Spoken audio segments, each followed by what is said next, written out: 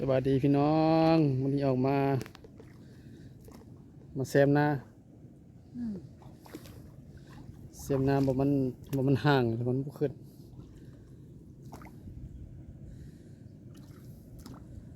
น้ำความลึกจิกกับบุยูลูกพี่น้อง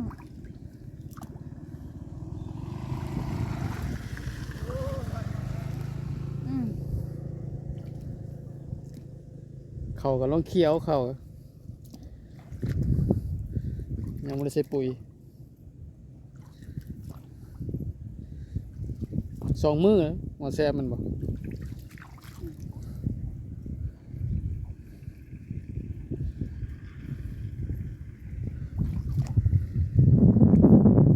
บรรยากาศทุ่งนาเขาลองเคี้ยว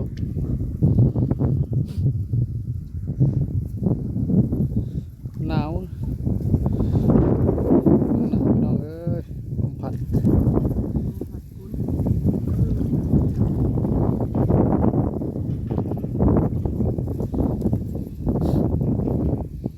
บ้านเฮาก็ประมาณ12-13 องศากลางคืนเย็นเป็นลม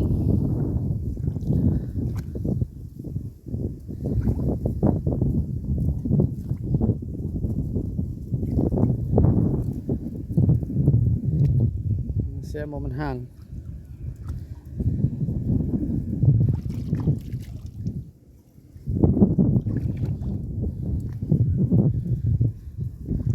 โมมีหญ้าพวกให้นี่หญ้าโมมีน้ำ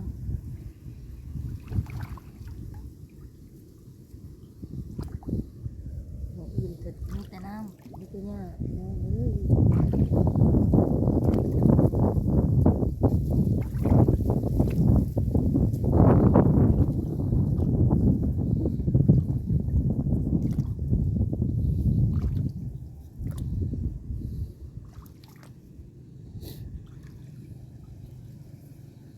จากมือแล้วเอาน้ำมา2 ทิศคุยข้าวขี่กันข้าวให้ได้พี่น้องเอ้ย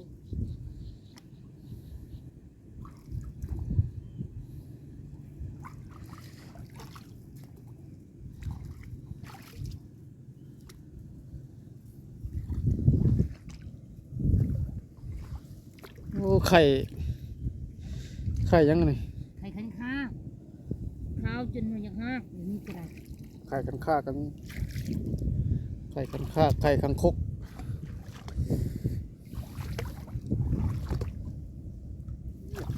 เป็นห้อยนะเฮ้ยขึ้นเลยพี่น้อง ห่างพี่น้องก็จะได้แซม ขึ้นเด้อมันมีเซมตามห้อยนะ เขามันห่าง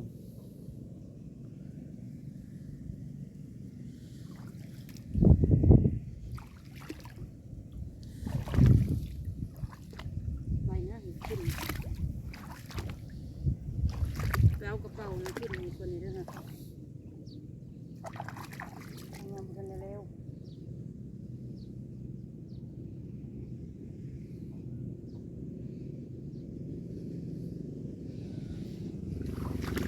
้วกระเป๋าเลยนะ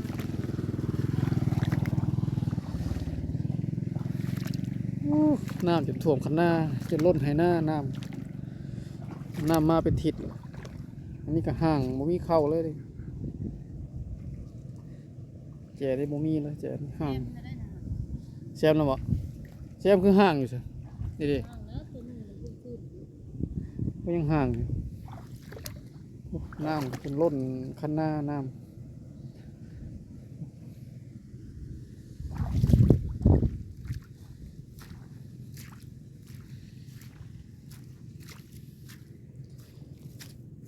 ซักไว้ยังอันไม้นี่กระสอบนี่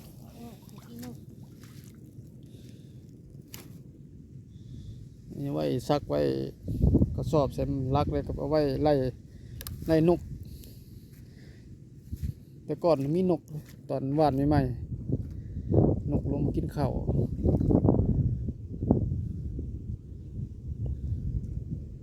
น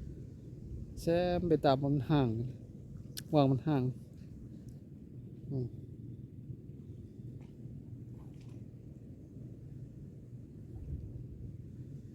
เขามันขึ้นบ่เสมอกันช่วงนี้ห้างหวาน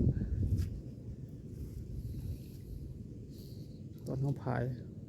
แซมก็ได้